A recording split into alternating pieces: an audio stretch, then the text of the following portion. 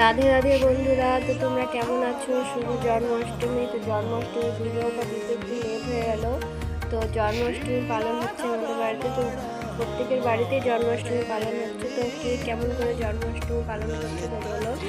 তো দেখো, এই ছোট্ট থালাটাই মানে আজকে কৃষ্ণের জন্মাষ্টমী, তার জন্য ওই থালাটাই কৃষ্ণ লিখলো।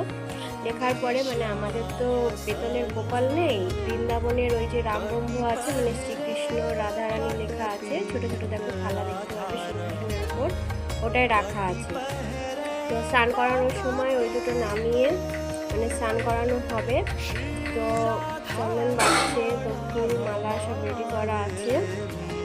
তো দেখো এখানটায় দুধের ভেতর ঘি, মধু, কর্পূর, অগ্রু, তোমার দই সব মিক্স করা হচ্ছে।